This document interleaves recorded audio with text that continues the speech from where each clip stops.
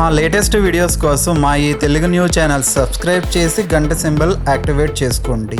2024 July 17న తొలి ఏకాదశి. ఇది అతిపెద్ద ఏకాదశి, అత్యంత పవిత్రమైన ఏకాదశి. అయితే ఈ తొలి ఏకాదశి వచ్చేలోపు ఈ వీడియో చూస్తే చాలు, ఈ కథలు వింటే చాలు, మీ కష్టాలన్నీ కూడా ఒక్క నిమిషంలో పోతాయి. ఆ మహావిష్ణువు అనుగ్రహం కలుగుతుంది. మీకు ఉండే సమస్యలు, బాధలన్నీ కూడా ఆ స్వామివారే తొలగించేస్తారు. సకల ఐశ్వర్యాలు సిద్ధిస్తాయి, అష్టైశ్వర్యాలు కలుగుతాయి. తొలి ఏకాదశి సందర్భంగా ఈ కథలు వింటే జన్మల పాపాలు పోతాయి, కోటి జన్మల పుణ్యం వస్తుంది, దరిద్రమంతా కూడా వదిలిపోతుంది, మీ జీవితం అద్భుతంగా మారిపోతుంది, మీ దశ మారిపోతుంది. ఇక మీకు అన్ని శుభాలే జరుగుతాయి. ఎంతో అదృష్టం ఉన్నవారు మాత్రమే ఈ కథలను వినగలుగుతారు. ఆషాఢ శుద్ధ ఏకాదశికే తొలి ఏకాదశి, శయన ఏకాదశి, ప్రథమ ఏకాదశి అని కూడా అంటారు. ఈ రోజు నుంచి కార్తీక శుద్ధ ఏకాదశి వరకు శ్రీ మహావిష్ణువు పాలకడలిపై శయనిస్తాడు. అందుకే దీన్ని శయన ఏకాదశి అంటారు. ఈ రోజున యోగనిద్రకు ఉపక్రమించే విష్ణువు మళ్ళీ 4 నెలల తర్వాత కార్తీక శుద్ధ ఏకాదశి నాడు మేల్కుంటాడు. శ్రీహరి యోగనిద్రలో ఉండే ఈ 4 నెలల కాలాన్ని పవిత్రంగా పరిగణించి చాతుర్మాస్య దీక్ష చేస్తారు. ఆషాఢమాస తొలి ఏకాదశి రోజున సూర్యోదయానికి ముందే నిద్రలేచి స్నానం చేసుకుని శుచిగా ఉండే వస్త్రాలు ధరించి శ్రీహరిని నియమనిష్టలతో పూజించాలి. విష్ణుమూర్తి ఫోటోని శుభ్రం చేసుకొని పసుపు, కుంకుమ, పుష్పాలతో అలంకరించుకోవాలి. తరువాత పేలాల పిండిని నైవేద్యంగా సమర్పించాలి. మానవ జాతిని ఉద్ధరించడానికి సాక్షాత్తు శ్రీహరి ఈ ఏకాదశిని ఏర్పాటు చేశాడని, ఈ వ్రతాన్ని నియమనిష్టలతో ఆచరించిన వారు అన్ని సమస్యల నుంచి విముక్తి పొందటమే కాదు, మరణం అనంతరం వైకుంఠానికి చేరుకుంటారని పద్మపురాణంలో పేర్కొన్నారు. ఏకాదశి నాడు పేలాల పిండిని తప్పక తినాలని అంటారు పెద్దలు. పేలాలు పితృదేవతలకు ఎంతో ఇష్టమైనవి. అందువల్ల మనకు జన్మనిచ్చిన పూర్వీకులను ఈరోజు గుర్తు చేసుకోవటం మన బాధ్యత. అలాగే ఆరోగ్యపరంగా బయటి ఉష్ణోగ్రతలకు అనుగుణంగా శరీరం అనేక మార్పులకు లోనవుతుంది. ఇది గ్రీష్మ ఋతువు ముగిసిన తర్వాత వర్ష ఋతువు ప్రారంభమయ్యే కాలం కాబట్టి శరీరానికి పేలాల పిండి వేడిని కలగజేస్తుంది, మంచి ఆరోగ్యాన్ని ఇస్తుంది. అందువల్ల ఈ రోజున దేవాలయాల్లోనూ ఇళ్ల వద్ద కూడా పేలాల పిండిని ప్రసాదంగా పంచుతారు. ఈరోజు తప్పనిసరిగా స్వామివారిని పూజించాలి, పేలాల పిండిని తినాలి. ముందుగా తొలి ఏకాదశి సందర్భంగా ఒక మహారాజుకి విష్ణుమూర్తి భార్యగా ఎందుకు మారాడో తెలిపే ఈ పురాణ కథను వింటే చాలు, కోటి జన్మల పుణ్యం వస్తుంది. ఒకసారి రుక్మాంగత మహారాజు గారి తోటలో నందనవనాన్ని మించిన ఉద్యానవనం ఉందని నారదుడు ఇంద్రుడితో చెప్పగా చూసి రమ్మని అప్సరస్సులను పంపాడు ఇంద్రుడు. వాళ్ళు రాత్రిపూట ఆకాశ మార్గమున భూలోకంలో ఉన్న ఆ తోటలోనికి వచ్చి మొత్తం పూలన్నిటినీ కూడా కోసుకు వెళ్ళిపోయేవారు. మరునాడు రుగ్మంత మహారాజు పూజకు పువ్వులు లేకపోవటం వలన పూలు ఏమయ్యాయని ఆరా తీయగా కాపలా భటులు ఆ పువ్వులు కోసినట్లు ఎవ్వరూ ఏమీ చూడలేదని చెప్తారు. అప్పుడు రుక్మాంగద మహారాజు కాపలా వాళ్లను ఎక్కువ మందిని పెడతాడు. అయినా మరునాడు కూడా అదే పరిస్థితి ఎదురవుతుంది. ఇలా 3 రోజులు వరుసగా జరగటంతో చర్చ మొదలవుతుంది. భటులంతా కంటి మీద కునుకు లేకుండా పూల తోటలోనికి చీమను కూడా పోనీయకుండా జాగ్రత్త పడినా ఇలా జరుగుతుందంటే ఆకాశ మార్గమున ఎవరో దొంగిలిస్తున్నారని చెప్పటంతో రాజుగారు తోట మొత్తం దేవుని నిర్మాల్యం అంటే పూజకు దేవుని మీద పెట్టి తీసేసిన పువ్వులు, పత్రి మొదలైనవి చల్లిస్తారు. ఆ నిర్మాల్య దోషం వలన మరుసటి రోజు ఉదయానికల్లా అప్సరసులు అలా తోటలో నిల్చుని కనిపిస్తారు. పాదములకు దేవుని నిర్మాల్యం తగలటం చేత దైవత్వాన్ని, తిరిగి ఆకాశ మార్గమున ఎగిరిపోయే శక్తిని అప్సరసులు కోల్పోతారు. అప్పుడు రాజుగారు అప్సరసలను అడిగి విషయమంతా తెలుసుకొని మంత్రి సలహా మేరకు ఆ రోజు ద్వాదశి కావటం చేత నిన్న అనగా ఏకాదశి నాడు ఎవరైతే భోజనం చేయకుండా రాత్రి నిద్రపోకుండా ఉన్నారో వాళ్లను తీసుకుని వచ్చి వాళ్ళ ఫలితాన్ని వీళ్లకు ధారపోస్తే తిరిగి అమరత్వం పొందుతారని, కావున అలా భోజనం నిద్ర లేని వాళ్లను తీసుకుని రమ్మని భటులను ఆజ్ఞాపిస్తారు.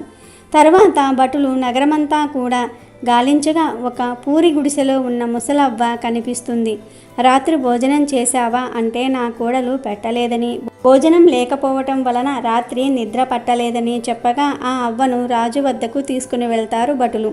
అప్పుడు ఆ అవ్వ తన ఫలంలోని కొంత భాగాన్ని ఆ ముగ్గురికి ధారపోయగా అప్సరసలు తిరిగి ఇంద్రుని వద్దకు వెళ్తారు. ఇదంతా గమనించిన రాజుగారు తెలియకుండా చేసిన ఉపవాసానికి జాగరణకే ఇంత ఫలితం ఉంటే తెలిసి భక్తి ప్రవర్తులతో ఏకాదశి వ్రతం చేస్తే ఇంకెంత ఫలితం ఉంటుందా అని ఈ ఏకాదశి వ్రతం గురించి ఆరా తీసి దాని గురించి మొత్తం తెలుసుకుని తన రాజ్యంలో అందరూ ఏకాదశి ఆచరించి తీరాల్సిందే అని ఆజ్ఞాపించాడు. అప్పట్నుంచి అందరూ ప్రతి ఏకాదశికి రాత్రిపూట నాటకాలు, కథా కాలక్షేపాలు చేయించేవారు. దానితో అందరూ మోక్షాన్ని పొంది ఎవ్వరూ నరకానికి వెళ్ళటం లేదు. నరకంలో పాపులు ఎవ్వరూ లేరు. అప్పుడు యమధర్మరాజు పాపులు ఎవ్వరూ లేరు, ఇక నేనేమి చెయ్యను అని తన మొరను శ్రీ మహావిష్ణువుకు విన్నవించుకుంటాడు. ఈ సమస్య నుండి బయటపడటం కోసం శ్రీ మహావిష్ణువు మోహిని అవతారమెత్తి రాజుగారిని మోహించారు. దానితో రాజుగారు పెళ్లి చేసుకుందాము అని అనుకోగా మోహినీదేవి ఆయనతో, నాకు ఒక కోరిక ఉన్నది, నాకు నచ్చినప్పుడు అడుగుతాను, ఆ కోరికను కాదనకుండా తీర్చాలి, ఈ షరతుకు సిద్ధమైతే పెళ్లి చేసుకుంటాను అంటుంది. దానికి రాజు ఒప్పుకొని మోహినిని పెళ్లి చేసుకుంటారు. కొన్ని సంవత్సరాలకు వారిద్దరికీ కూడా ఒక బాబు పుడతాడు. ఆ బాబును రాజుగారు ఎంతో అల్లారు ముద్దగా పెంచుతారు.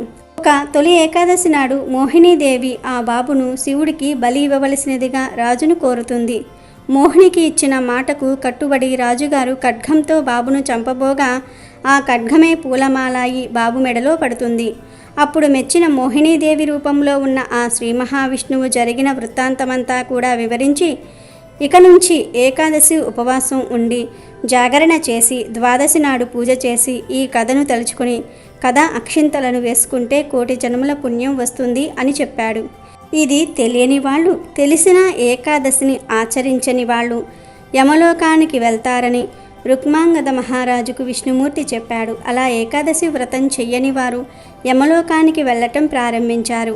యమధర్మరాజుకు కూడా కొంత ఉపశమనం కలిగింది. అలాగే తొలి ఏకాదశి సందర్భంగా సత్సాంగత్యం యొక్క ఫలం ఎలా ఉంటుందో తెలిపే ఈ పవిత్ర కథను వింటే చాలు జన్మల పాపాలు పోయి 1,000,000 జన్మల పుణ్యం వస్తుంది. దేవర్షి అయిన నారదుడు సాక్షాత్ శ్రీ మహావిష్ణువు యొక్క అవతార రూపుడు. అందుకని యోగీశ్వరేశ్వరుడైన శ్రీకృష్ణుడు దేవర్షినాంచ నారదః అని అన్నాడు. అట్టి మహనీయుడైన నారదుడు ఒక్కసారి శ్రీకృష్ణుణ్ణి దర్శించుటకై వచ్చి దండ ప్రణామములు చేసి, ఓ కృష్ణ, సత్సాంగత్యము యొక్క ఫలము దయచేసి వివరముగా చెప్పండి అని కోరినాడు. జగద్గురువైన శ్రీకృష్ణుడు సత్సాంగత్య మహిమ అనుభవపూర్వకంగానే నారదునికి తెలియజేయాలని సంకల్పించి, నీవు తూర్పు వైపుగా వెళ్తే ఒక పెంటకుప్ప కనిపిస్తుంది, అందులో ఉన్న పేడ పురుగు దగ్గరకు వెళ్ళి దానిని సత్సాంగత్య మహిమేమని ప్రశ్నించు అని చెప్పి జగన్మోహనముగా చిరునవ్వు నవ్వినాడు. పరమాత్మ ఆదేశానుసారమే చేశాడు నారదుడు. కానీ నారద మహర్షి పెంటకుప్ప దగ్గరకు వెళ్ళి అందులో ఉన్న పేడ పురుగును ప్రశ్న అడిగాడో లేదో గిలగిలలాడుతూ ప్రాణాలు విడిచింది ఆ పేడ పురుగు.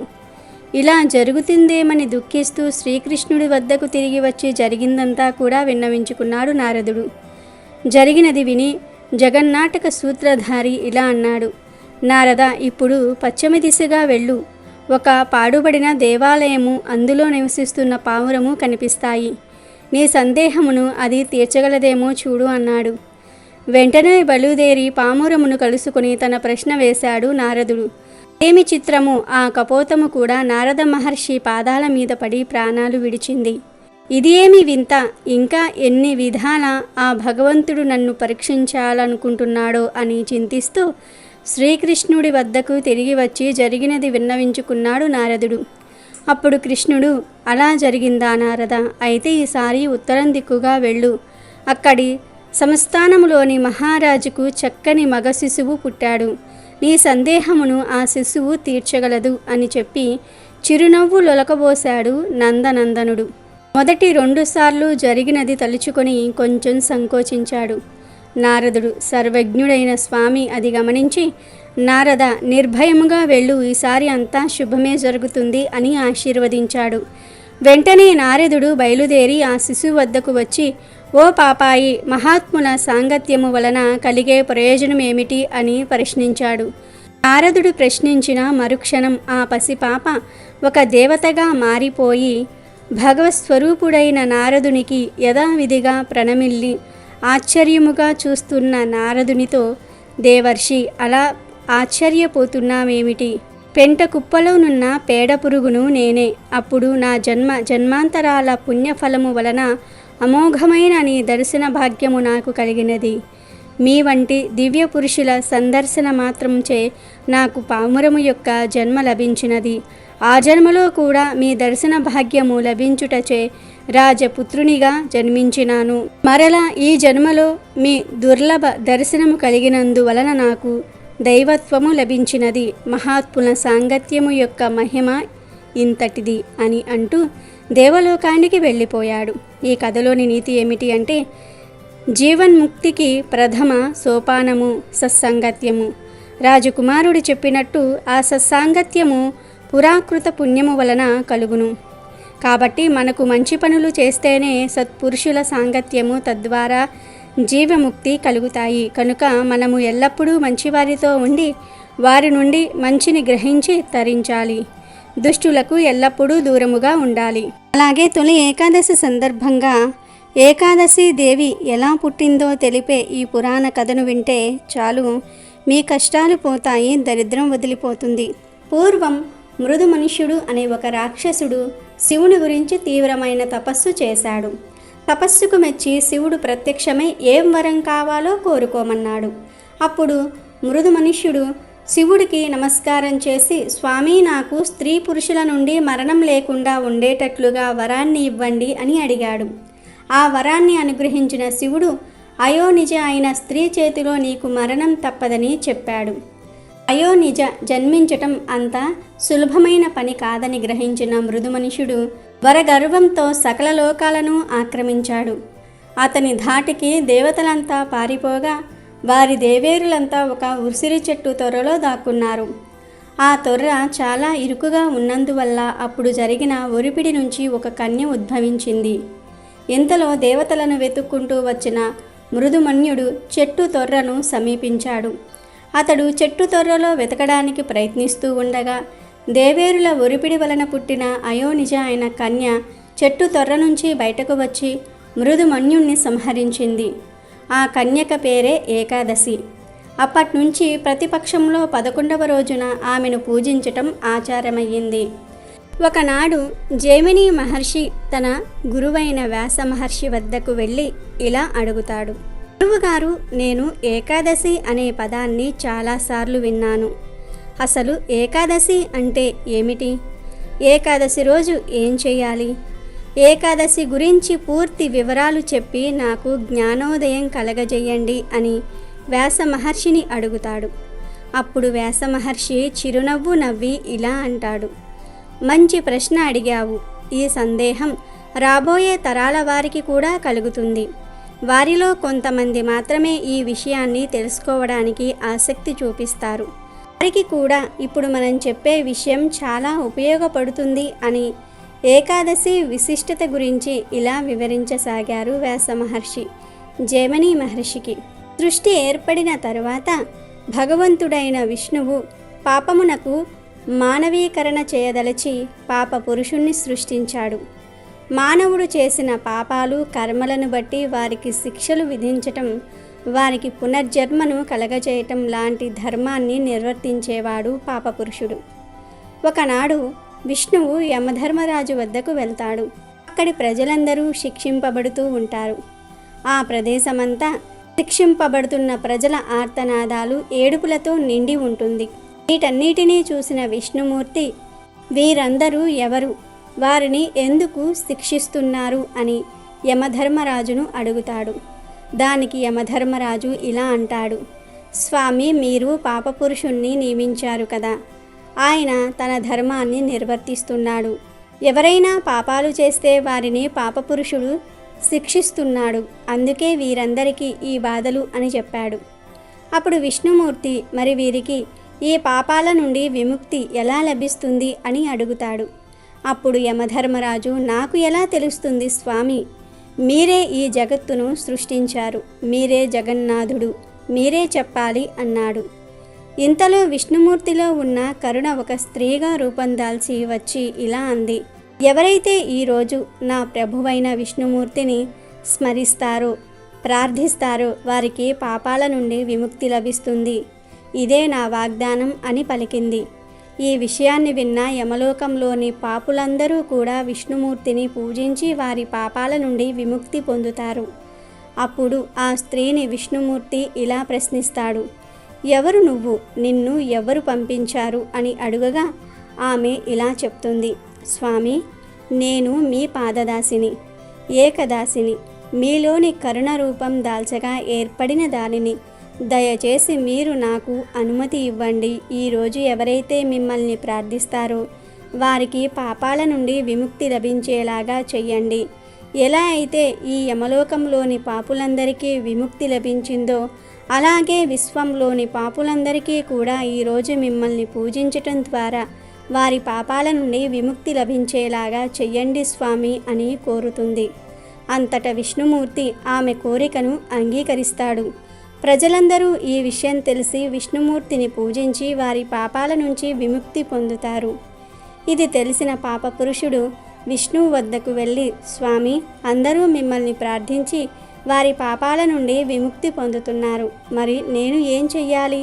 నా పుట్టుకకు అర్థం ఏముంది అని అడుగుతాడు.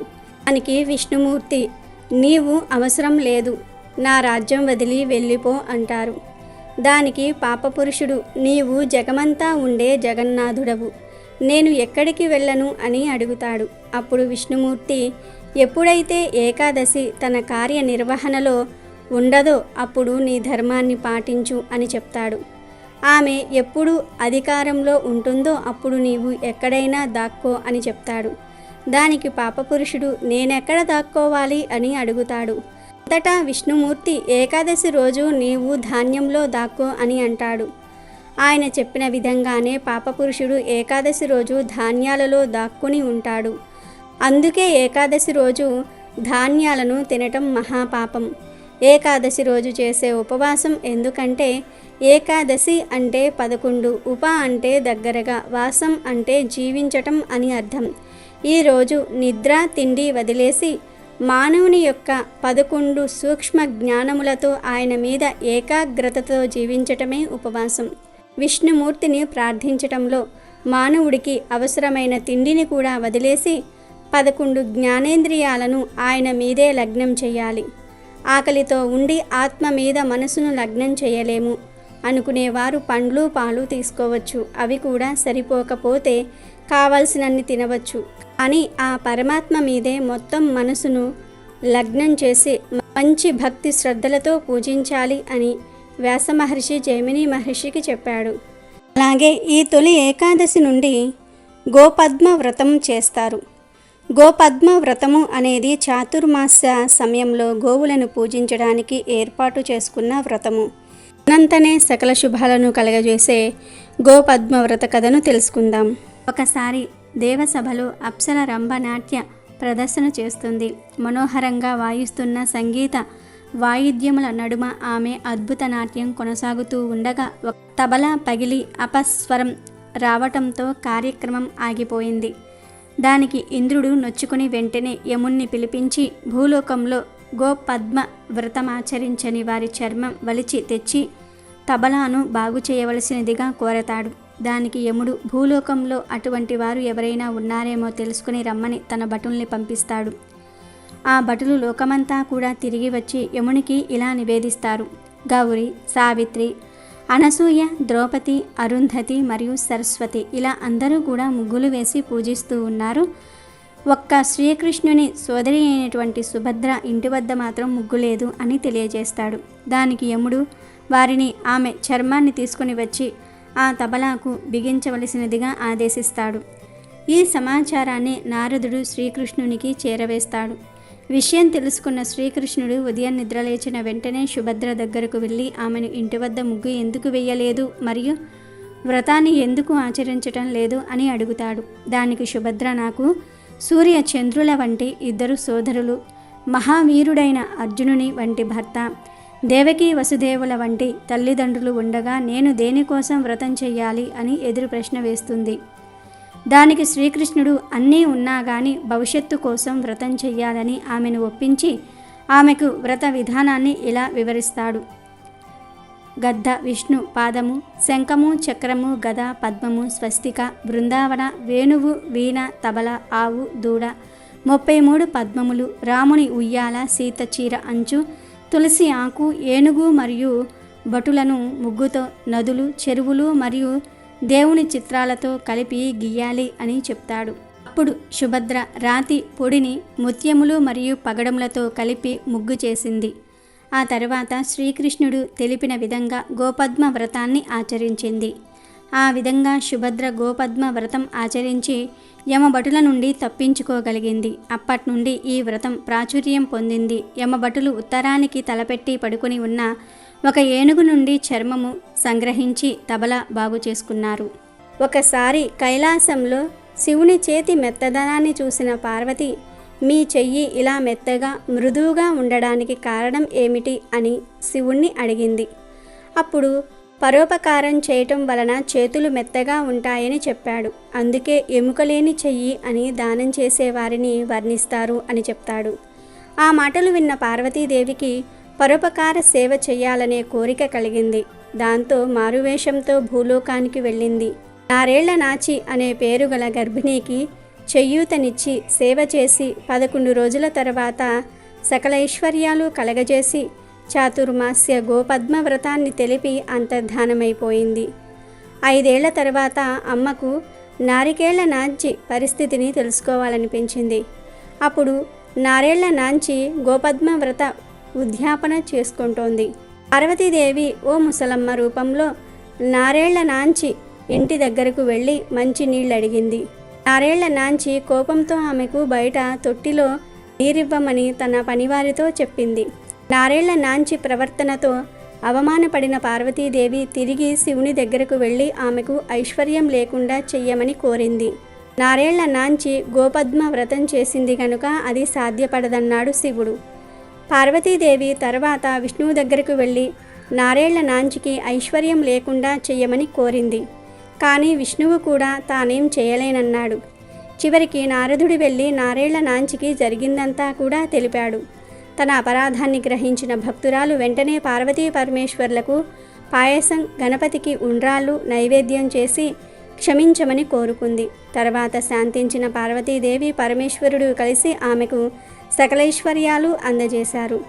గోపద్మ వ్రత మహత్యాన్ని తెలిపే కథ ఇది. అలాగే తొలి ఏకాదశి సందర్భంగా విష్ణుమూర్తిని పూజించే భక్తులు పేదవారిగా ఎందుకు ఉంటారో తెలియజేసే ఈ కథను వింటే చాలు మీ తలరాత మారిపోతుంది. అది ధర్మరాజు ఒకనాడు శ్రీకృష్ణుడితో, కృష్ణ, పరమశివుణ్ణి కొలిచేవారు ఎప్పుడూ కూడా సకల సిరి సంపదలతో సంతోషంగా ఉంటారు.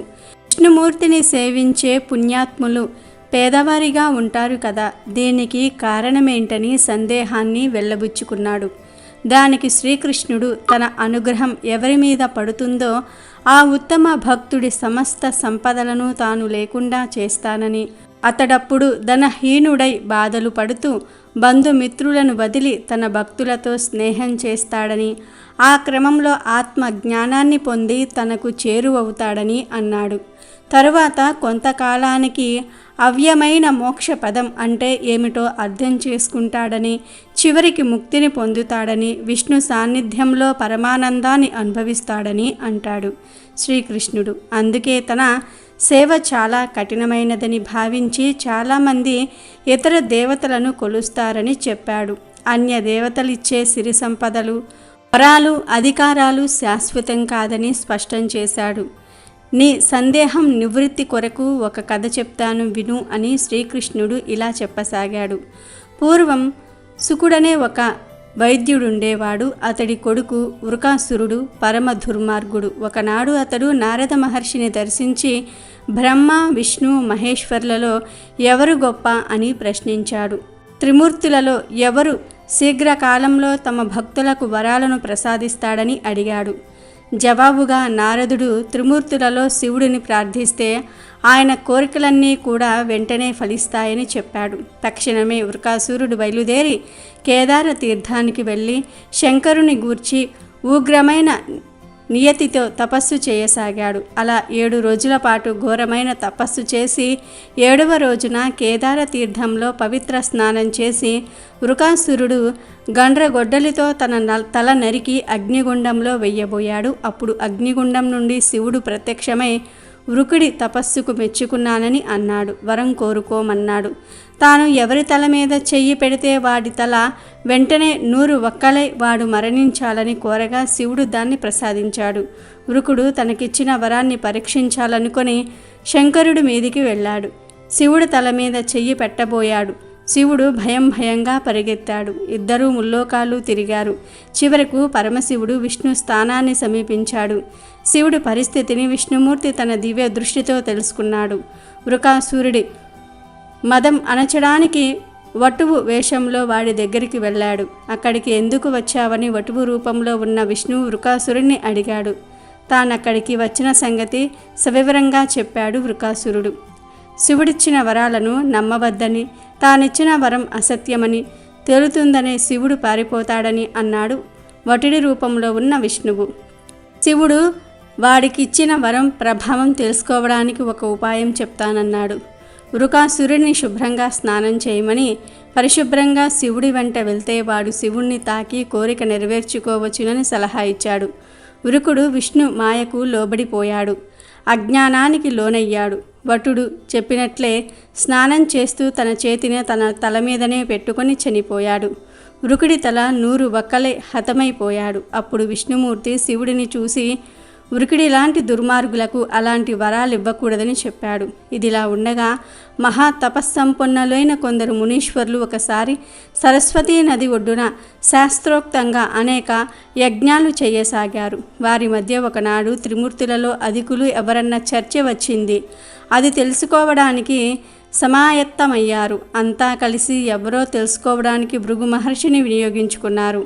ఆయన త్రిమూర్తుల సందర్శనార్థం బయలుదేరాడు. మొదలు బ్రహ్మదేవుడి దగ్గరికి వెళ్ళాడు. నమస్కారం చేయకుండా ఏమీ మాట్లాడకుండా తన ముందు నిలబడ్డ భృగు మహర్షిని చూసి బ్రహ్మదేవుడికి కోపం వచ్చింది. వచ్చినవాడు తన కుమారుడని తలచి తన కోపాన్ని చల్లబరుచుకుని శాంతించాడు. బ్రహ్మ అక్కడి నుండి శంకరుని దర్శించాలనుకుని వెండి కొండకు వెళ్ళాడు భృగు మహర్షి. శివుడు భృగు మహర్షిని చూసి ఎదురుగా వెళ్ళాడు. వచ్చిన శివుడిని గౌరవించకుండా మౌనంగా నిలబడ్డాడు భృగు మహర్షి. కోపంతో శివుడు భృగు మహర్షిని త్రిశూలంతో పొడవబోగా పార్వతి వారించింది. భృగు మహర్షి అక్కడి నుండి వైకుంఠపురంలో ప్రవేశించాడు. విష్ణుమూర్తిని చూశాడు. ఆ సమయంలో ఆయన భోగభాగ్యాలతో వెలజిల్లుతూ లక్ష్మీదేవి సరసనే ఉన్నాడు. వెనక ముందు చూడకుండా భృగు మహర్షి లక్ష్మీదేవి నివాస స్థానమైన విష్ణుమూర్తి వక్షస్థలాన్ని తన కాలితో తన్నాడు. విష్ణువు ఏమాత్రం కూడా కోపం తెచ్చుకోకుండా పాన్పు దిగి వచ్చి మహర్షి పాదాలకు నమస్కరించాడు. తన సింహాసనం మీద కూర్చోబెట్టాడు. మంచి మాటలతో ఆయన్ని అనుసరించాడు. విష్ణుమూర్తి మాటలకు భృగు మహర్షి పరమానంద భరితుడయ్యాడు. శ్రీహరి నుండి వీడ్కోలు తీసుకుని వైకుంఠం నుండి పార్వతీ నదీ తీరానికి పోయి యజ్ఞం చేస్తున్న ఋషులను కలిశాడు. ఆయన చెప్పిన మాటలను బట్టి జ్ఞాన రూపుడైన లక్ష్మీనాథుడు నాటిలేని సాటిలేని దైవమని నిశ్చయించారు మునులంతా కూడా. విష్ణుమూర్తి పాద పద్మాలను మనసులోనే కొలిచారు. మహర్షులంతా కూడా విష్ణువును సేవించి అవ్యమైన ఆనందాన్నిచ్చే వైకుంఠాన్ని పొందారు అని శ్రీకృష్ణుడు ధర్మరాజుతో చెప్పాడు. ఈ విధంగా తొలి ఏకాదశి సందర్భంగా లక్ష్మీదేవి అనుగ్రహం పొందాలంటే విష్ణుమూర్తి అనుగ్రహం కూడా తప్పక కావాల్సిందే అని తెలిపే ఈ పవిత్ర కథను వింటే చాలు మీకు అన్ని శుభాలే జరుగుతాయి. ఒక గ్రామంలో ఒక సేటు ఉండేవాడు. అతనికి ఏ కష్టం వచ్చిందో తెలియదు కానీ అతను ఆత్మహత్య చేసుకోవడానికి ఒక కొండ మీదకు ఎక్కాడు. అక్కడ ఒక సాధువు ఉన్నాడు. ఆత్మహత్య చేసుకోబోతున్న సేటును చూసి, ఏమైంది నాయనా, ఎందుకని నువ్వు ఆత్మహత్య చేసుకోవాలని అనుకుంటున్నావు అని అడిగాడు. అప్పుడు ఆ సేటు సాధువుతో ఇలా చెప్పాడు. నేను వ్యాపారం చేస్తూ బ్రతుకుతున్నాను, కానీ ఈసారి నాకు వ్యాపారంలో బాగా నష్టం వచ్చింది. చేతిలో చిల్లి గవ్వ కూడా లేదు. నేను నా కుటుంబాన్ని కూడా పోషించుకోలేకపోతున్నాను. నాలాంటి వాడు బ్రతికి ఉన్న ప్రయోజనం లేదు అని చెప్తాడు. ఆ మాటలు విని సాధువు, నువ్వు చనిపోతే మరి నీ కుటుంబం సంగతి ఏమవుతుంది అని అడుగుతాడు. సాధువు ఆ సేటు చెయ్యి పట్టుకొని తనను కిందకు తీసుకొని వచ్చాడు. సాధువు అంటున్నాడు, చూడు, నీకు ఈసారి వ్యాపారంలో నష్టం వచ్చింది, కానీ తరువాత మళ్ళీ లాభాలు వచ్చే అవకాశం కూడా ఉంది. వ్యాపారంలో నష్టం వచ్చిందని, జీవితంలో సుఖం కరువైందని ఇలా ఆత్మహత్య చేసుకుంటే ఏమి లాభం ఉంటుంది? మనం ఏదైనా పని ప్రారంభించే ముందు వాటిల్లో కలిగే ఆటంకాలకు, లాభ నష్టాలకు అన్నిటికీ కూడా సిద్ధమై ఉండాలి. సరే, నువ్వు బాధపడకు, నేను నా తపోశక్తితో లక్ష్మీదేవిని ప్రసన్నం చేస్తాను. లక్ష్మీదేవి ఇక్కడకు రాగానే నువ్వు నీకు కావాల్సింది అడుగు అంటాడు. అప్పుడు ఆ సేటు సాధువు చెప్పిన మాటలను సరిగ్గా వినడు. సాధువు లక్ష్మీదేవికి పూజ చేసి ఆమె అక్కడకు వచ్చేలాగా చేస్తాడు. ఒంటి నిండా నగలతో చేతిలో బంగారపు బిందెను పట్టుకొని ఒక స్త్రీ నిలబడింది. ఆమె లక్ష్మీదేవి. లక్ష్మీదేవిని చూసి సేటు ఆశ్చర్యపోయాడు. ఆమె వేసుకున్న నగలు చూస్తూ ఉన్నాడు. ఇంతలో ఆ సేటు దృష్టి లక్ష్మీదేవి పాదాలపై పడింది. లక్ష్మీదేవి పాదాలు బురదగా ఉన్నాయి. అప్పుడు ఆ సేటు, తల్లి, నీ పాదాలు ఎందుకని ఇలా బురదగా ఉన్నాయి అని అడిగాడు. సేటు లక్ష్మీదేవిని చూసేసరికి అతను తన కష్టాలను మర్చిపోయాడు. తనకు ఏమి కావాలో కూడా ఆలోచించలేదు. ఎందుకంటే సేటు సాధువు చెప్పిన మాటలను నమ్మలేదు. కానీ ఒక్కసారిగా లక్ష్మీదేవి తన ముందు ప్రసన్నమయ్యేసరికి సేటు అన్నీ మర్చిపోతాడు. లక్ష్మీదేవిని తనివి తీరా చూస్తాడు. ఆమె పాదాలకు ఉన్న బురద గురించి అడగగానే లక్ష్మీదేవి ఇలా అంటుంది, చూడు నాయనా, ఈ ప్రపంచంలో అందరూ డబ్బు కావాలని ఆశిస్తూ ఉంటారు. నేనేమో సంపదకు ఆదిదేవతను. అందరూ నాకు పూజలు చేసి ధనవంతులుగా మారాలని ఆశపడుతూ ఉంటారు. నాకు పూజలు చేసే వారిలో కొంతమంది పుణ్యాత్ములు ఉంటారు, కొంతమంది పాపాత్ములు కూడా ఉంటారు. అయితే ఈ పాపాత్ములు వారి తలను నా పాదాలకు ఆనించి కోరికలు కోరుకుంటారు. దాని కారణంగా వారి యొక్క పాపం బురదలాగా మారి నా కాళ్లపై ఉంటుంది. వారి యొక్క పాపాలే ఈ బురద నాయనా అని చెప్పి లక్ష్మీదేవి మాయమైపోతుంది. సేటు లక్ష్మీదేవి పాదాలపై ఉన్న బురద గురించి ఆలోచిస్తూ ఉన్నాడు. ఒక్కసారిగా తనకు, నేను లక్ష్మీదేవిని చూశాను కదా, మరి నేను ఆవిడను వరం అడగకుండా ఏం చేస్తున్నాను అని అనుకుంటాడు. వెంటనే వెనుక ఉన్న సాధు వంక చూసి, స్వామి, ముందు మీరు చెప్పిన మాటలు నేను నమ్మలేదు. దయచేసి నన్ను క్షమించి లక్ష్మీదేవిని మళ్ళీ భూమి మీదకు రప్పించండి అని బ్రతిమలాడుకుంటాడు. సాధువు మళ్ళీ పూజ చేసి లక్ష్మీదేవిని ప్రత్యక్షమయ్యేలాగా చేస్తాడు. సేటు ఈసారి లక్ష్మీదేవిని చూస్తాడు. లక్ష్మీదేవి పాదాలపై బురద లేదు, కానీ ఈసారి లక్ష్మీదేవి జుట్టు మొత్తం బురదగా ఉంది. తల్లి, మీ జుట్టు ఎందుకని ఇలా బురదగా మారింది అని సేటు లక్ష్మీదేవిని అడుగుతాడు. లక్ష్మీదేవి సేటుతో ఇలా అంటుంది, ఇది బురద కాదు నాయనా, ఇది ప్రసాదం. ఎవరైతే నాతో పాటు అందరి దేవతలను సరిసమానంగా పూజిస్తారో, ఎలాంటి కోరికలు లేకుండా కేవలం భక్తితో నన్ను పూజిస్తారో, వారి పాదాల వద్ద నేను నా శిరస్సును ఉంచుతాను. వారి పుణ్యం ఇలా బురదలా మారి నా జుట్టుకు అంటుకుంటుంది అని చెప్పి లక్ష్మీదేవి మళ్ళీ మాయమైపోతుంది. ఆ సేటు మళ్ళీ లక్ష్మీదేవిని డబ్బు అడగటం మర్చిపోతాడు. సేటు ఏడుస్తూ సాధువు వద్దకు వెళ్తాడు. సాధువు సేటును చూసి, నువ్వు బాధపడకు, నేను మళ్ళీ లక్ష్మీదేవికి పూజ చేసి ఆమెను రప్పిస్తాను అని అంటాడు. దానికి సేటు సాధు కాళ్లపై పడి, మీరు నాకు పెద్ద సహాయం చేశారు. నేను ఇంతకాలం ఏ తప్పు చేశానో నాకు అర్థమైంది. ఇక నుండి నేను భగవంతుణ్ణి నమ్మి ముందడుగు వేస్తాను అంటాడు. సేటు మాటలు విని సాధువు, నీ కళ్ళు ఇప్పుడు తెరుచుకున్నాయి.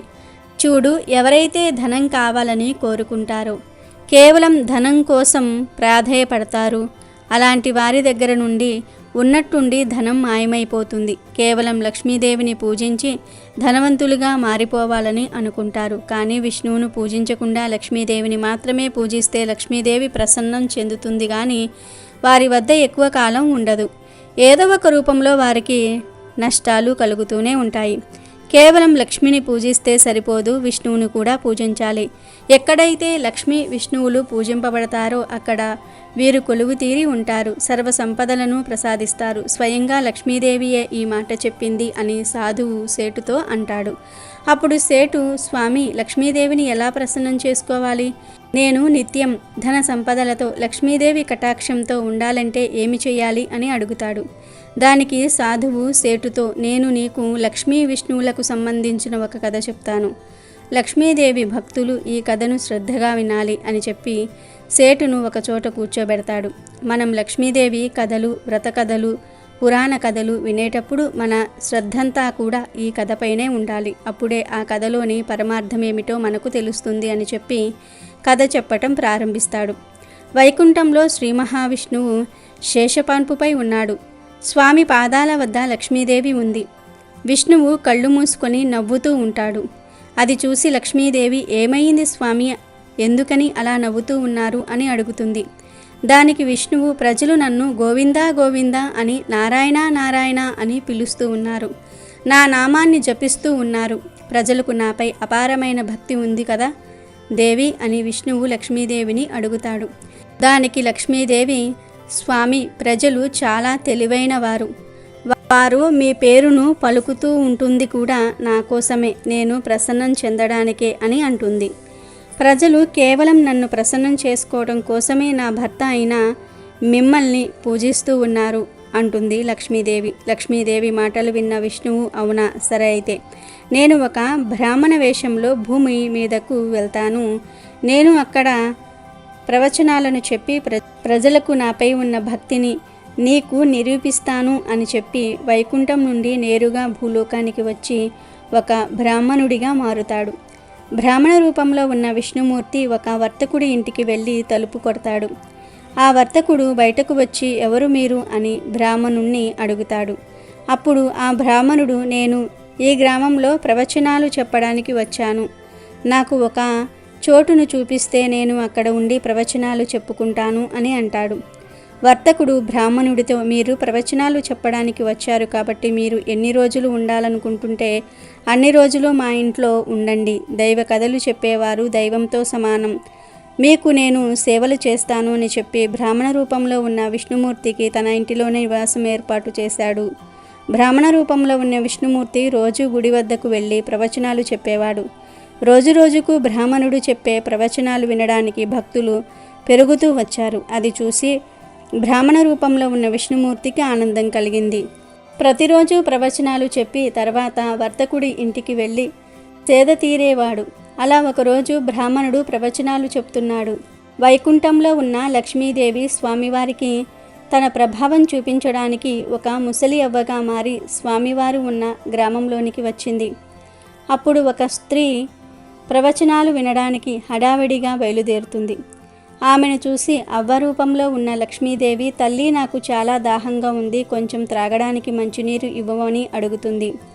దానికి ఆ స్త్రీ విసుగ్గా, ఇప్పటికే ప్రవచనాలు వినడానికి చాలా ఆలస్యమయ్యింది, ఇప్పుడు నీకు నీటిని ఇస్తే ఇంకా ఆలస్యమవుతుంది, వెళ్ళమ్మా వెళ్ళు అని అంటుంది. అప్పుడు అవ్వ, నేను చాలా దూరం నుండి వచ్చాను తల్లి, కొంచెం మంచినీటిని ఇచ్చి పుణ్యం కట్టుకో అంటుంది. ఆ స్త్రీ ఇంటిలోకి వెళ్ళి ఇత్తడి చెంబుతో నీళ్లు తెచ్చి అవ్వకు ఇస్తుంది. లక్ష్మీదేవి మాయ వల్ల ఇత్తడిగా ఉన్న చెంబు కాస్త బంగారంగా మారుతుంది. అది చూసి ఆ స్త్రీ ఆశ్చర్యపోతుంది. అవ్వ, మీకు ఆకలి వేస్తుందా, మా ఇంటిలో భోజనం చేద్దువురా అని పిలుస్తుంది. ఆ స్త్రీ ఏమనుకుంటుంది అంటే, అవ్వ నీరు త్రాగితే ఆ చెంబు బంగారం చెంబు అయింది కదా, ఒకవేళ అవ్వ తన ఇంటిలో భోజనం చేస్తే భోజనం చేసిన కంచం కూడా బంగారమయమవుతుంది కదా అని ఆలోచిస్తుంది. అవ్వ రూపంలో ఉన్న లక్ష్మీదేవి ఇలా అంటుంది, మీరు ప్రవచనాలు చూడడానికి ఆలస్యమవుతుంది కదా, ఇక మీరు వెళ్ళండి, నా దాహం తీరింది అని చెప్పి అక్కడి నుండి వెళ్ళిపోతుంది. ఆ స్త్రీ చేసేది ఏమీ లేక తలుపుకు తాళం వేసి ప్రవచనాలు వినడానికి వెళ్తుంది. అక్కడ పక్కన ఉన్న స్త్రీతో తన ఇంటి వద్ద జరిగిందంతా కూడా చెప్తుంది. అలా ఆ వార్త గ్రామంలో ఉన్న అందరికీ చేరింది. వెంటనే ఆ అవ్వ కోసం వెతకడానికి ప్రవచనాలు వినకుండా లేచి వెళ్ళిపోతారు. బ్రాహ్మణుడు, ఇంకా ప్రవచనం పూర్తి అవ్వలేదు, ఎక్కడికి వెళ్తున్నారు మీరంతా అని అడుగుతాడు. అప్పుడు ఒక వ్యక్తి, ఆ అవ్వ ఏది తాగితే ఆ పాత్ర బంగారంగా మారుతుందా అందరం ఆ అవ్వ కోసం వెతకడానికి వెళ్తున్నాం అని చెప్పి ఆ వ్యక్తి వెళ్ళిపోతాడు. బ్రాహ్మణ రూపంలో ఉన్న స్వామివారికి అర్థమైంది ఇది లక్ష్మీదేవి పని అని. గుడిలో కొంతమంది ఉంటే ఆ కొంతమందికే ప్రవచనం చెప్పడం ప్రారంభించాడు. ఇంతలో ఆ అవ్వ విష్ణుమూర్తికి నివాసం ఇచ్చిన వర్తకుడి దగ్గరకు వచ్చింది. అయితే వర్తకుడికి అప్పటికే ఆ సమాచారం అందింది. అవ్వను చూడగానే, రా తల్లి, నా ఇంటిలో అడుగుపెట్టు, నా ఆతిథ్యాన్ని స్వీకరించు తల్లి అని అంటాడు. అప్పుడు ఆ అవ్వ, నేను మీ ఇంట్లో నివాసం ఉండడానికి వచ్చాను, కానీ మీ ఇంటిలో ఆ ప్రవచనాలు చెప్పే వ్యక్తి ఉన్నాడు కదా, అతను ఉంటే నేను మీ ఇంటికి రాను అని అంటుంది. అవ్వ రూపంలో ఉన్న లక్ష్మీదేవి వర్తకుడితో, మీ ఇంటికే నేను మొదట వచ్చాను, మీ ఇంట్లో ప్రవచనాలు చెప్పేవారు ఉండటంతో నేను రాలేదు, అతను వెళ్ళిపోగానే నేను వస్తాను అని అంటుంది. ఓస్, అంతేనా తల్లి, నేనిప్పుడే ఆ ప్రవచనాలు చెప్పే బ్రాహ్మణుడికి ధర్మశాలలో గది ఇస్తాను అని చెప్తాడు. ఆ రోజున ప్రవచనాలు అయిన తర్వాత లక్ష్మీపతి అయిన విష్ణువు తన ఇంటికి వచ్చిన వెంటనే వర్తకుడు ఇలా అంటాడు, అయ్యా, మీరు పెట్టే బేడ సర్దుకోండి, ఇప్పటి నుండి మీరు ధర్మశాలలో ఉండండి, అక్కడ మీరు ఉండడానికి ఏర్పాట్లు పూర్తయ్యాయి అని అంటాడు. అప్పుడు బ్రాహ్మణ రూపంలో ఉన్న విష్ణుమూర్తి వర్తకుడితో, ప్రవచనాలు పూర్తి అయ్యేందుకు ఇంకా 2-3 రోజులు మిగిలి ఉన్నాయి, అప్పటి వరకు ఇక్కడనే ఉంటాను అని అంటాడు. లేదు లేదు, మీరు త్వరగా వెళ్ళండి, నేను వినను, మరొక అతిథికి వసతి కల్పించాలి అని అంటాడు. అలో అవరూపంలో ఉన్న లక్ష్మీదేవి వచ్చి వర్తకుణ్ణి, మీరు కొంచెం బయటకు వెళ్ళండి, నేను వారితో మాట్లాడతాను అని అంటుంది.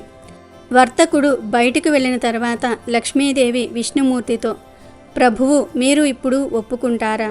మీ భక్తులు మీకోసం కాదు, నా కోసం మీ నామం జపిస్తున్నారని అని నవ్వుతూ అంటుంది. దానికి భగవంతుడు విష్ణుమూర్తి ఇలా అన్నాడు, అవును, ఇదంతా నీ ప్రభావం, కానీ నీవు కూడా ఈ విషయాన్ని అంగీకరించాలి. నీవు నా కోసం వైకుంఠం విడిచి వచ్చావు, ఎక్కడైతే నా కథలు చెప్తారో, భజనలు చేస్తారో ఖచ్చితంగా అక్కడే నీవు ఉంటావు అని అంటాడు నవ్వుతూ. ఇక ఆ తర్వాత విష్ణుమూర్తి వైకుంఠానికి అక్కడి నుండి వీడ్కోలు పలికాడు. విష్ణుమూర్తి బయలుదేరిన తర్వాత మరుసటి రోజు వర్తకుడు ఇంటి వద్ద గ్రామస్తులంతా గుంపుగా చేరుతారు. ప్రతి ఒక్కరి ఇంట్లోకి ఈ తల్లి రావాలని అందరూ కోరుకుంటారు. కానీ లక్ష్మీదేవి వర్తకుడు మరియు ఇతర గ్రామస్తులందరితో, ఇప్పుడు నేను కూడా వెళ్తున్నాను అని అనటంతో అందరూ ఆశ్చర్యపోతారు. అందరూ ఒకేసారి, అమ్మా, ఎందుకు అలా చేస్తున్నారు? మేము ఏమైనా తప్పు చేశామా అని అడుగుతారు. దానికి లక్ష్మీదేవి, విష్ణుమూర్తి ఎక్కడ ఉంటే అక్కడే నా నివాసం, మీరు నారాయణ్ణి పంపించారు, అందుకే నేను కూడా ఆయన దగ్గరకు పోతున్నాను అని వైకుంఠం చేరుకుంటుంది. ఈ కథ చెప్పి సాధువు సేటుతో ఇలా అంటున్నాడు, నువ్వు లక్ష్మీదేవిని ప్రసన్నం చేసుకోవాలని అనుకుంటే ముందుగా విష్ణువును పూజించు. మీ ఇంటిలో లక్ష్మీ నారాయణులను చిత్రపటాన్ని పెట్టి భక్తి శ్రద్ధలతో పూజించు. కేవలం కోరికలపైనే దృష్టి పెట్టకండి. లక్ష్మీనారాయణులపై దృష్టి పెట్టి వారి నామాన్ని జపిస్తూ నిత్యం పూజలు చెయ్యి. లక్ష్మీ నారాయణులను పూజిస్తే మీ జీవితం మారిపోతుంది. స్వయంగా నారాయణుడే లక్ష్మీదేవిని నీ వద్దకు పంపిస్తాడు అని చెప్తాడు. సాధువు మాటలు విని సేటు ఆనందంగా అక్కడి నుండి ఇంటికి వెళ్ళి సాధువు చెప్పినట్లుగా లక్ష్మీనారాయణుల చిత్రపటానికి పూజలు చేసి తొందరలో ధనవంతుడిగా మారిపోతాడు. మనం ఎప్పుడు లక్ష్మీదేవిని పూజించినా నారాయణుడితో సహా కలిపి పూజించాలి. అలా అయితేనే సంపదల దేవత అయిన లక్ష్మీదేవి కటాక్షం మనకు లభిస్తుంది. ఒకసారి పాండవ అగ్రజుడు అయినటువంటి ధర్మరాజు శ్రీకృష్ణుడిని చూసి ఇలా ప్రశ్నించాడు, ఓ జనార్దన, ఆషాఢమాసం శుక్లపక్షంలో వచ్చే ఏకాదశి పేరు ఏమిటి? దాన్ని ఆచరించే పద్ధతి ఏమిటి? దానిని ఆచరించటం వలన కలిగే ఫలితాలు ఏమిటి అని ప్రశ్నించాడు. దానికి శ్రీకృష్ణుడు ధర్మరాజుతో ఇలా అన్నాడు, ఓ ధర్మనందన, ఒకసారి నారదుడు బ్రహ్మను ఇదే ప్రశ్న అడిగాడు. ఆ వివరాలు చెప్తాను విను అంటూ ఇలా చెప్పటం మొదలుపెట్టాడు. శ్రేష్ఠుడగు నారదుడు ఒకసారి తన తండ్రిని సమీపించి, తండ్రి, ఆషాఢమాసం శుక్లపక్షంలో వచ్చే ఏకాదశి పేరు ఏమిటి? విష్ణు ప్రీత్యార్థమై ఏకాదశి వ్రత పాలన చేసే విధానాన్ని నాకు తెలియజేయండి అని ప్రశ్నించాడు. అది వినిన బ్రహ్మ అతనితో, ఏకాదశి వ్రతమంతటి పవిత్రమైన వ్రతం ఈ భౌతిక జగత్తులో వేరే ఒకటి లేనే లేదు. సమస్త పాపాలను నశింపచేయడానికి మనిషి తప్పనిసరిగా ఏకాదశి వ్రతాన్ని పాటించాలి. ఏకాదశి వ్రత పాలన చెయ్యలేని వాడు నరకగామి అవుతాడు. ఆషాఢ శుక్లపక్షంలో వచ్చే ఏకాదశి శయన లేదా పద్మ ఏకాదశి అని పిలువబడుతోంది. రిషికేశుని ప్రీత్యార్థమే మనుజుడు ఈ ఏకాదశిని పాలించాలి అని అన్నాడు. అంతేకాదు, ఈ ఏకాదశి వ్రత మహత్యాన్ని తెలిపే కథ చెప్తాను విను అని బ్రహ్మ నారదుడితో ఇలా చెప్పసాగాడు. ప్రపంచ చక్రవర్తి రాజర్షి అయిన మాందాత గురించి పురాణాలలో చెప్పబడింది. అతడు సూర్యవంశంలో జన్మించాడు. పరమ శక్తిమంతుడు, సత్యసంధుడు అయిన అతడు ప్రజలను కన్నబిడ్డల్లాగా పాలించేవాడు. అతని రాజ్యంలో కరువు కాటకాలు గాని ఏ విధమైన రోగం గాని ఉండేవి కావు. ప్రజలందరూ కూడా సుఖ సంతోషాలతో జీవిస్తూ సమృద్ధిగా ఉండేవారు. మాందాత కోశాగారంలో అధర్మయుత సంపాదన ఉండేది కాదు. ఆ ప్రకారంగా రాజు ప్రజలు ఆనందంగా కాలం గడపసాగారు. కొన్ని సంవత్సరాల తర్వాత విధివశాత్తుగా 3 సంవత్సరాలు వానలు కురవలేదు.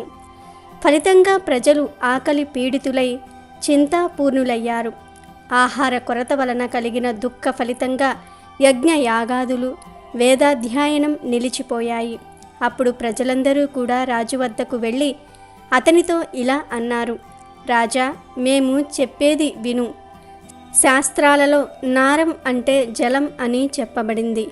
ఇక భగవానుడు దానిలో వసించువాడు గనుక నారాయణుడు అయ్యాడు. మేఘరూపంలో అతడు సర్వవ్యాప్తి అయి ఉన్నాడు. వర్షం కురియుటకు అతడొక్కడే కారణుడు. వర్షం వలన ధాన్యం ఉత్పత్తి అవుతుంది. ధాన్యంపై ఆధారపడి జీవులు బ్రతుకుతూ ఉన్నారు. ప్రస్తుతం ఆహార కొరత వలన నీ ప్రజలమగు మేము దిక్కుతిలమై ఉన్నాము. కనుక ఓ రాజోత్తమ, ఈ విపత్కర పరిస్థితికి ఏదో ఒక పరిష్కారాన్ని కనుగొని మాకు తిరిగి శాంతిని సమృద్ధిని ప్రసాదించు అని రాజుతో అన్నారు. ప్రజల మాటలను వినిన రాజు వారితో, మీరు చెప్పినది నిజమే. అన్నం పరబ్రహ్మ స్వరూపమని చెప్పబడింది. జీవులందరూ అన్నం పైన ఆధారపడియే జీవిస్తారు. రాజు చేసిన పాపాల వలనే రాజు అతని ప్రజలు కష్టాల పాలవుతారని పురాణాలలో చెప్పబడింది. నేను చేసిన దోషమేమిటో నా బుద్ధితో నేను తెలుసుకోలేకపోతూ ఉన్నాను. అయినా నా ప్రజలైన మీ కొరకు నేను ఏదో ఒకటి చేస్తాను అని అన్నాడు.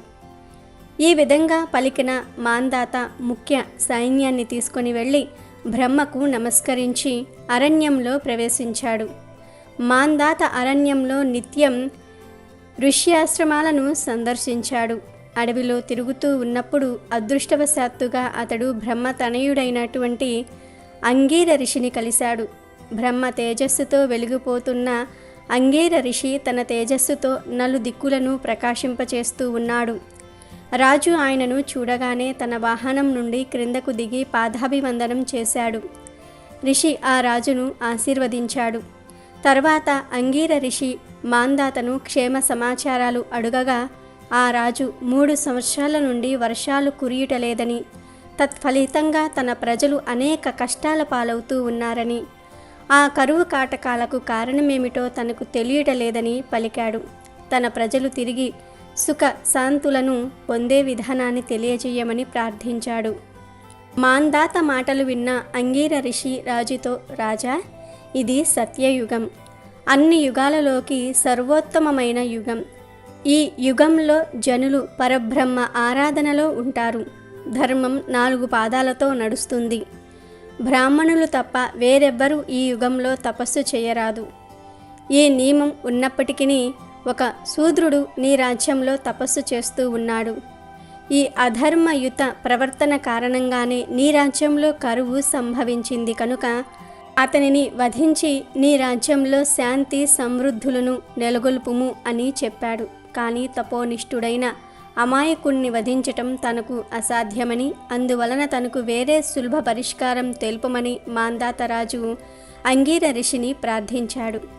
దానికి ఋషి, రాజా, అయితే ఆషాఢ శుక్ల పక్షంలో వచ్చే పద్మ ఏకాదశి లేదా దేవశయన ఏకాదశి వ్రతాన్ని నీవు పాటించు. ఆ వ్రత ప్రభావం వలన నీ రాజ్యంలో తప్పకుండా వర్షాలు కురుస్తాయి. ఈ ఏకాదశి మనిషికి సమస్త మంగళాన్ని చేకూర్చి పూర్ణత్వాన్ని ప్రసాదిస్తుంది. పూర్ణత్వ పదంలోని సమస్త అడ్డంకులను అది తొలగిస్తుంది. కనుక నీ ప్రజలతో పాటుగా నీవు ఈ ఏకాదశి వ్రతాన్ని పాటించు అని పలికాడు.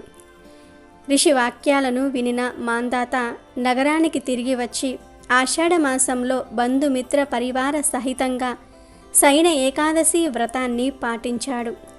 ఆ వ్రత ప్రభావం వలన రాజ్యంలో విరివిరిగా వర్షాలు కురిశాయి. నీటి కొరత తీరిపోగానే రాజ్యమంతా కూడా ధాన్య రాశితో నిండిపోయింది. అప్పుడు ఋషికేశుని అనుగ్రహం చేత అందరూ సుఖంగా జీవించారు. కనుక సుఖ సంతోషాలను ముక్తిని ప్రసాదించే ఈ పవిత్రమైన ఏకాదశిని ప్రతి ఒక్కరూ కూడా తప్పకుండా పాటించాలి. ఈ ఏకాదశి మహత్యాన్ని వినేవాడు, చదివేవాడు సమస్త పాప విముక్తుడవుతాడు. ఈ ఏకాదశి విష్ణు శయన ఏకాదశి అని కూడా పిలువబడుతుంది. విష్ణు ప్రీత్యార్థమై భక్తులు దీనిని ఎంతో భక్తి శ్రద్ధలతో పాటిస్తారు. వారు ఇంద్రియ భోగాన్ని గాని ముక్తిని గాని కోరక కేవలం విశుద్ధ భక్తినే కోరుకుంటారు. ప్రసిద్ధమైన చాతుర్మాస్య వ్రతం ఈ ఏకాదశి నుండే ఆరంభమవుతుంది. శ్రీహరి నిద్రకు ఉపక్రమించే ఈ రోజు నుండి అతడు మేల్కొనే రోజు వరకు భక్తులు భగవల్లీలను వింటూ కీర్తిస్తూ చాతుర్మాస్య వ్రతాన్ని పాటిస్తారు అని బ్రహ్మ నారదుడికి చెప్పినట్లుగా శ్రీకృష్ణుడు ధర్మరాజుకు వివరించాడు. కాబట్టి తొలి ఏకాదశిలోపు ఈ వీడియో చూస్తే చాలు, ఈ కథలు వింటే చాలు, మీ కష్టాలన్నీ కూడా ఒక్క నిమిషంలో పోతాయి. ఆ మహావిష్ణువు అనుగ్రహం కలుగుతుంది. మీకు ఉండే సమస్యలు బాధలన్నీ కూడా ఆ స్వామివారే తొలగించేస్తారు. సకల ఐశ్వర్యాలు సిద్ధిస్తాయి, అష్ట ఐశ్వర్యాలు కలుగుతాయి. తొలి ఏకాదశి సందర్భంగా ఈ కథలు వింటే జన్మల పాపాలు పోతాయి, కోటి జన్మల పుణ్యం వస్తుంది, దరిద్రమంతా కూడా వదిలిపోతుంది, మీ జీవితం అద్భుతంగా మారిపోతుంది, మీ దశ మారిపోతుంది. ఇక మీకు అన్ని శుభాలే జరుగుతాయి. ఎంతో అదృష్టం ఉన్నవారు మాత్రమే ఈ కథలను వినగలుగుతారు. అమెజాన్లో బెస్ట్ డిస్కౌంట్స్ కోసం వీడియో డిస్క్రిప్షన్లో లింకు ఉంది, చూడండి. అలాగే మా టెలిగ్రామ్ ఛానల్ సబ్స్క్రైబ్ చేసుకోండి.